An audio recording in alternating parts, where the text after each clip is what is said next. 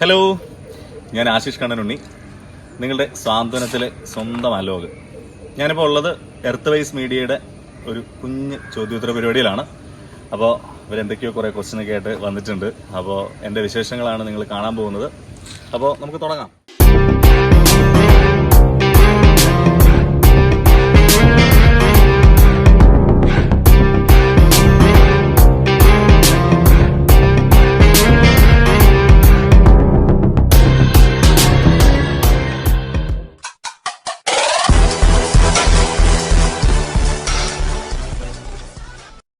ആശിഷിന്റെ സ്വന്തം സ്ഥലം പത്തനംതിട്ടയല്ലേ?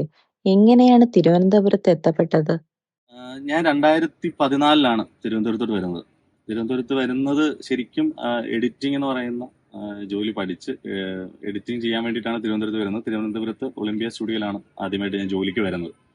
അപ്പോഴൊക്കെ നമ്മുടെ മനസ്സിലെ ലക്ഷ്യം എന്ന് പറയുന്നത് അഭിനയിക്കണം, സിനിമ ചെയ്യണം, സീരിയല്, അങ്ങനെ സിനിമ ചെയ്യണം എന്നുള്ളതായിരുന്നു സ്വപ്നങ്ങളെല്ലാം.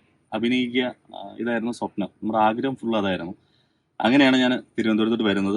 തിരുവനന്തപുരത്ത് വന്നപ്പോഴും ഇത് സീരിയലിൽ എത്തുമെന്നോ അല്ലെങ്കിൽ സിനിമയിലോട്ട് പോകാൻ പറ്റുമെന്നോ, ഇത് എങ്ങനെ വരും, അതൊന്നും എനിക്കറിയില്ല. ഞാൻ അങ്ങനെ ഒളിമ്പിയ സ്റ്റുഡിയോയിൽ വർക്ക് ചെയ്യുന്നു. അവിടെ എൻ്റെ കൂടെ എനിക്ക് കുറെ സുഹൃത്തുക്കൾ കിട്ടി ഒളിമ്പിയ സ്റ്റുഡിയോയിൽ വെച്ചിട്ടാണ്. അപ്പൊ അവിടെ വന്നിട്ട് അനീഷ് എന്ന് പറഞ്ഞിട്ട് ഒരു ചേട്ടൻ ഉണ്ടായിരുന്നു. പുള്ളി അന്ന് ചന്ദനമഴ സീരിയൽ ചെയ്യാം. അപ്പം പുള്ളി അവിടെ വെച്ച് പരിചയപ്പെടുന്നു. അങ്ങനെയാണ് എനിക്ക് ഈ സീരിയലിലോട്ടുള്ള തുടക്കം കയറുന്നത് അവിടെ നിന്നാണ്. അപ്പൊ അവിടെ തിരുവനന്തപുരത്ത് ഞാൻ എത്തിപ്പെട്ട സമയം മുതൽ പിന്നെ കുറെ കാലം, ഒരു 3-4 കൊല്ലം എൻ്റെ കൂടെ കുറെ ആൾക്കാരുണ്ടായിരുന്നു. ഒളിമ്പിയ സ്റ്റുഡിയോയുടെ രാധചേട്ടനായാലും ഉണ്ണിച്ചേട്ടൻ, സജു ചേട്ടൻ, ബിജു ചേട്ടൻ, അങ്ങനെ കുറെ പേരുണ്ടായിരുന്നു. അപ്പൊ ഇവരെല്ലാം ആ സമയത്ത് ഒരുപാട് പ്രോത്സാഹിപ്പിച്ചിട്ടുണ്ട്, ഒരുപാട് സഹായങ്ങൾ ചെയ്തിട്ടുണ്ട്. ഈ അഭിനയം, എന്റെ ആഗ്രഹം അഭിനയമാണെന്ന് പറഞ്ഞിട്ട് ഒരുപാട് സഹായങ്ങൾ ചെയ്ത ആൾക്കാരാണ്. അപ്പൊ അവിടുന്നാണ് ശരിക്കും ആഗ്രഹം, അതായത് അഭിനയിക്കാനുള്ള ആഗ്രഹം കൊണ്ടാണ് തിരുവനന്തപുരത്തേക്ക് വരുന്നത്. ഒളിമ്പിയ സ്റ്റുഡിയോയിൽ നിന്നാണ് എനിക്ക് ആദ്യമായിട്ട് അഭിനയിക്കാനുള്ള ഒരു അവസരം കിട്ടുന്നത്.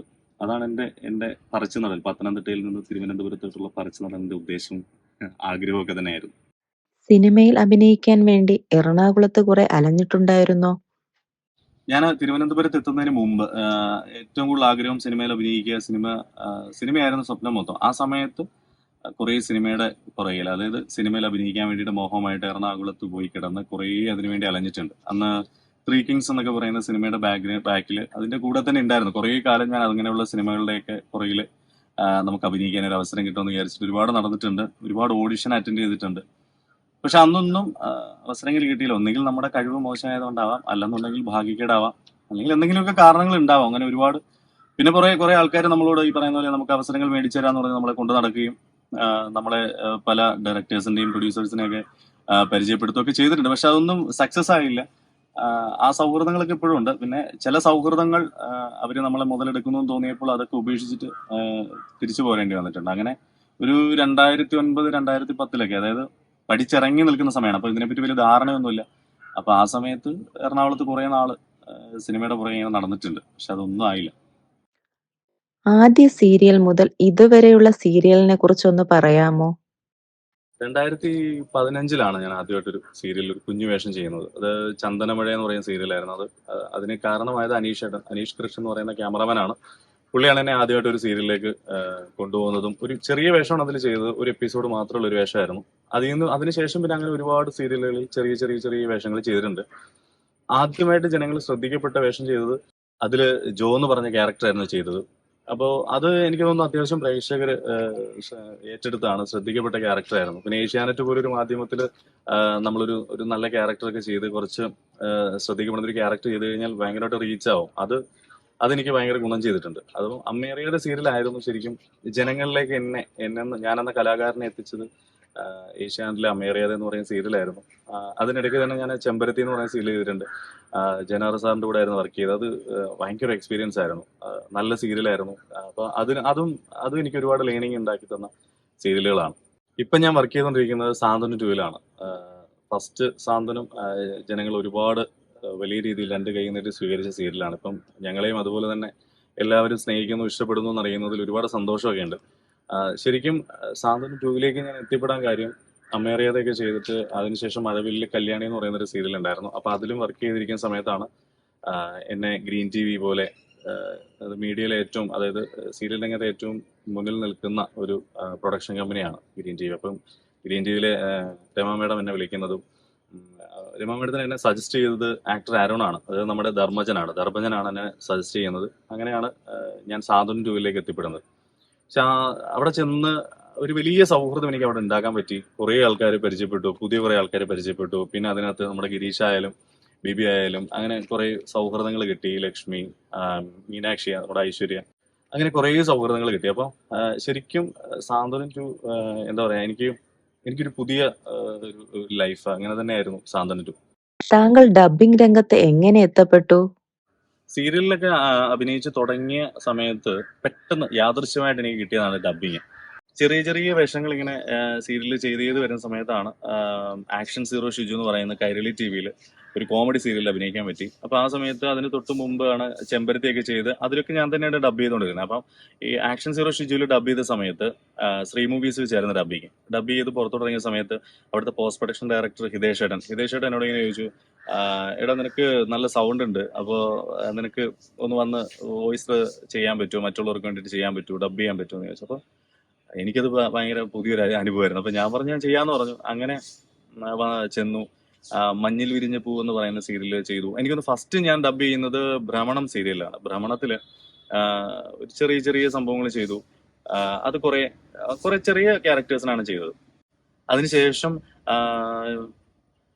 മഞ്ഞിൽ വിരിഞ്ഞ പൂവ് ചെയ്തു. അതിനകത്ത് എനിക്ക് ശരിക്കും പറഞ്ഞ മഞ്ഞിൽ വിരിഞ്ഞ പൂ എന്ന് പറയുന്ന സീരിയല് 2019 തുടങ്ങിയിട്ട് എനിക്ക് തോന്നുന്നു ഇപ്പോഴാണ് ആ സീരിയൽ തീർന്നത്. അപ്പൊ അതിനകത്ത് ഒരുപാട് ക്യാരക്ടേഴ്സ് വന്നു പോയതിനകത്ത് കുറേ പേർക്ക് ഞാൻ ഡബ് ചെയ്തു.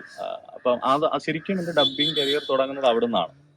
പിന്നീട് കുറേ സീരിയലുകളിൽ ചെറുതും വലുതുമായിട്ടുള്ള ഒത്തിരി ക്യാരക്ടേഴ്സും ഡബ് ചെയ്യാൻ പറ്റിയിട്ടുണ്ട്. പിന്നെ ഞാൻ എന്റെ വോയിസ് തന്നെയാണ് സാന്ത്വനത്തിൽ അലോകിന്. ഞാൻ ഇതുവരെ വേറെ ആരെ കൊണ്ടും ഡബ് ചെയ്യിച്ചിട്ടില്ല, ഞാൻ തന്നെ ചെയ്തുകൊണ്ടിരിക്കുന്നത്. സിനിമയിൽ ഒരു ചെറിയ വേഷം ചെയ്തല്ലോ, അതിനെക്കുറിച്ച്? ഏതൊരു നടനെയും പോലെ തന്നെ എനിക്കും ആഗ്രഹവും സ്വപ്നവും ഒക്കെ സിനിമ ചെയ്യുക, സിനിമയിൽ അഭിനയിക്കുക എന്നൊക്കെ തന്നെയാണ്. അങ്ങനെ കഴിഞ്ഞ വർഷം അതിൻ്റെ ഒരു സുഹൃത്ത് അഖിൽ എന്ന് പറഞ്ഞിട്ട്, അതായത് ഞാൻ അമ്മേരേത് ചെയ്തുകൊണ്ടിരിക്കുമ്പോൾ അതിൻ്റെ ഫസ്റ്റ് എയ്ഡ് ആയിട്ട് വന്നതാണ് അഖിൽ എന്നെ ഒരു ദിവസം വിളിച്ചിട്ട് പറഞ്ഞു, ഒരു ചെറിയ വേഷമുണ്ട്, സിനിമയാണെന്ന് പറഞ്ഞു. അപ്പം ചെറുതാണേലും വലുതാണേലും എന്താണേലും സിനിമയായിരുന്നു സ്വപ്നം കാണുന്ന, അപ്പം സിനിമ സ്വപ്നം കണ്ട് നടക്കുന്ന ഒരാൾക്ക് അത് വലിയ കാര്യമാണല്ലോ. അപ്പം അങ്ങനെ ഞാൻ പോയിട്ട് ആ വേഷം ചെയ്തു. വളരെ ചെറിയ വേഷം തന്നെയായിരുന്നു. പക്ഷേ എന്തോ സിനിമ വലിയ സ്ക്രീനിൽ എന്നെ കാണാൻ പറ്റുമെന്നുള്ള ഒരു ആഗ്രഹം ഉണ്ടല്ലോ, അത് ആ സിനിമയുടെ പേര് കുരുക്കെന്നായിരുന്നു. അഭിജിത്ത് നൂറാണിയാണ് അതിന്റെ ഡയറക്ടർ. അപ്പം ശരിക്കും പറഞ്ഞാൽ അതിനകത്ത് അമ്മേറിയാതിൽ ഞങ്ങൾ കുറെ ആൾക്കാരെ അഖില് കാസ്റ്റ് ചെയ്തിട്ടുണ്ടായിരുന്നു. നമ്മുടെ കാളിയനായിട്ട് അഭിനയിച്ച ശ്രീജിത്തൊക്കെ ഉണ്ടായിരുന്നു അതിനകത്ത്. അപ്പൊ അതിൽ അഭിനയിച്ച് എനിക്ക് അതിനകത്ത് എന്റെ ക്യാരക്ടറിന് വേണ്ടി ഡബ് ചെയ്യാൻ പോയ സമയത്ത് അതും ഒരു അൺഎക്സ്പെക്റ്റഡ് പരിപാടിയായിരുന്നു. അവിടെ ചെന്നു, കലാഭവന് വെച്ചിരുന്ന ഡബ് ചെയ്തിട്ട് ഇറങ്ങാൻ നേരം അവിടെ ഇരുന്ന പോസ്റ്റ് പ്രൊഡക്ഷൻ ഡയറക്ടർ എന്നോട് പറഞ്ഞു, വേറൊരു ക്യാരക്ടർ ഉണ്ട് ഇതിനകത്ത്, അതായത് കാളിയൻ ചെയ്ത ക്യാരക്ടർ നമ്മുടെ ശ്രീജിത്ത് ചെയ്ത കുരുക്ക് സിനിമയിൽ ചെയ്ത ക്യാരക്ടർ, ശ്രീജിത്തിന് എന്തോ ഒരു കാരണം കൊണ്ട് ഡബ് ചെയ്യാൻ വരാൻ പറ്റില്ലായിരുന്നു. അപ്പോൾ മറ്റൊരാളെ ഡബ് ചെയ്ത് നോക്കി. അപ്പോൾ അത് ക്ലിയർ ആയില്ല, അതപ്പം റെഡി ആയിട്ടില്ല, അവർ ഡയറക്ടർ അത്ര സാറ്റിസ്ഫൈഡ് അല്ല. അപ്പോൾ ആശിഷ് ഒന്ന് ചെയ്ത് നോക്കൂ എന്ന് പറഞ്ഞു. അങ്ങനെ ഞാൻ ആ ക്യാരക്ടറിന് ഡബ് ചെയ്തു. അതവർക്ക് ഭയങ്കരമായിട്ട് ഇഷ്ടപ്പെട്ടു. അങ്ങനെ ആ സിനിമയിൽ എനിക്കും ഞാൻ തന്നെയാണ് ഡബ് ചെയ്തത്, ശ്രീജിത്തിനും ഞാൻ തന്നെയാണ് ഡബ് ചെയ്തത്. ശരിക്കും അഭിനയിക്കാൻ മോഹിച്ച് വന്ന ഒരാളാണ് ഞാൻ. അപ്പം എനിക്ക് ശരിക്കും ഡബിങ് ഒരു വലിയ ഒരു ഭാഗ്യമാണ്. അത് കിട്ടിയത് സീരിയലിൽ നിന്ന് തന്നെയാണ് അത് കിട്ടിയത്. പിന്നെ ഇപ്പോൾ കുരുക്കി ചെയ്തു. പിന്നെ അതിനുശേഷം സിത്ത എന്ന് പറയുന്ന ഒരു തമിഴ് സിനിമ മലയാളത്തിലേക്ക് ഡബ് ചെയ്തപ്പോൾ അതിലും ഡബ് ചെയ്തിട്ടുണ്ട്. അങ്ങനെ ചെറിയ ചെറിയ ഡബിങ് പരിപാടികളുണ്ട്. ഹലോ, എർത്ത് വൈസൈസ് മീഡിയയുടെ എല്ലാ അണിയറ പ്രവർത്തകർക്കും എൻ്റെ ആശംസകൾ നേരുന്നു. നിങ്ങൾ വ്യൂവേഴ്സിനും എൻ്റെ ആശംസകൾ. എന്തായാലും സബ്സ്ക്രൈബ് ചെയ്യാത്ത ആൾക്കാർ ഉറപ്പായിട്ടും മറക്കാതെ സബ്സ്ക്രൈബ് ചെയ്യുക.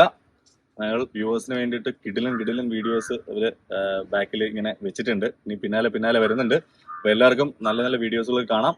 അപ്പോൾ മറക്കാതെ സബ്സ്ക്രൈബ് ചെയ്യുക.